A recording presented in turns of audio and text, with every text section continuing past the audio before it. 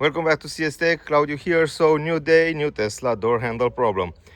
Last year I had problem with this handle over here. I cannot calibrate anymore, so this time the door handle crashed from front. Now as you can see over here, the car is in service mode, so I have an option to recalibrate my door handle. But the problem was not the calibration, the problem was this door module over here. As you can see, this one set on fire. I have a small transistor over there that set on fire. Also you can see the burn over here, and this is the problem door module. So you can replace with new one. I have new one over here. You just replace the module, go into the car service menu, recalibrate the door handle, and of course let's make a test. Let's close the door. The door is closed, the handle is okay, and the door handle is working again. So this is the main reason that your door handle cannot calibrate anymore. Just replace this module and of course recalibrate the car.